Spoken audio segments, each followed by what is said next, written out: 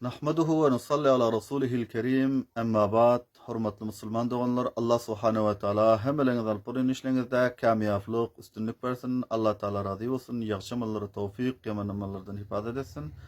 Dünyanın her hatta u goşasında bolsaňyz, Allah taala hifazatda saklasın.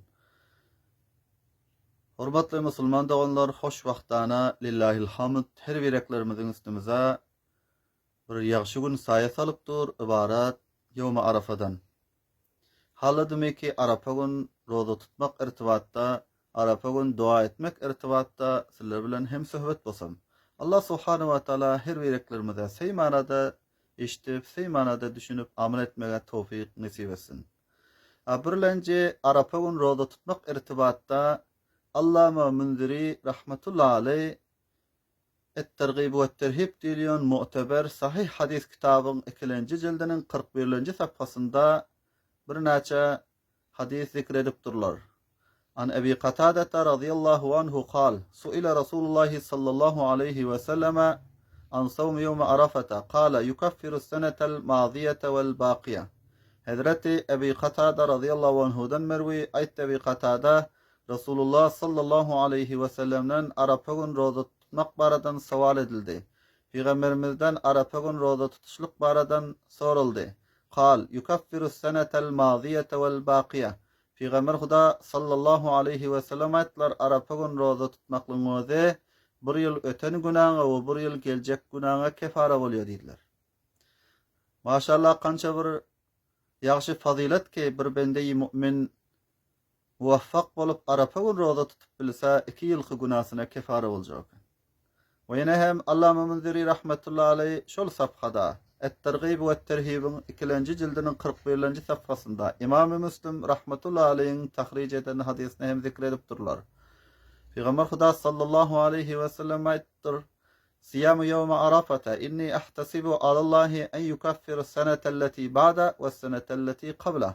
Peygamber Huda sallallahu aleyhi ve sellem aytlar Arafa gün roza tutmak beşek men umid etdiýän Allah taala kefara etse bir ýyl öten günaňa we bir ýyl geljek günaňa.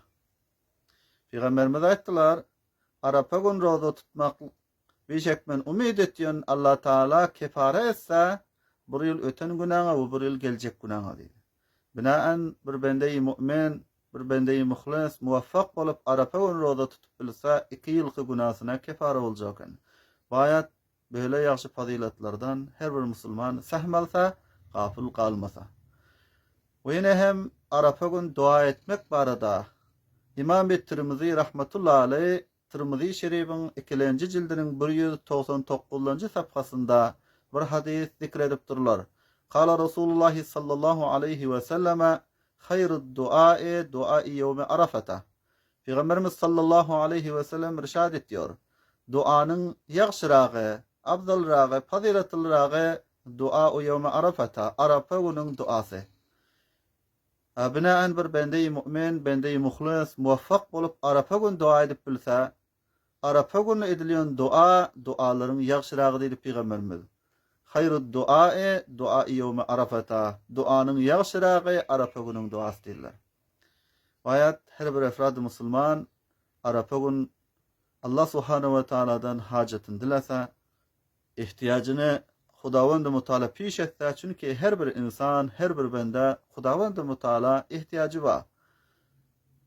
Bu dünýada o dünýada ihtiyacı var. Şol jähetli Arafa gün wagt çykaryp Allah subhanahu ve taaladan ýaxşy dua edip Allah subhanahu ve taaladan hajat talap edilse. Allah subhanahu ve taala her bireklerimize Arafa gün roza tutmaklyga we Arafa gün ýaxşy dualar edip Allah subhanahu ve taaladan hajatlarymyzy dilemeklige hemmemize Allah taala tawfik amal nasip etsin. Assalamu aleykum ve rahmetullahi ve berekatuhu.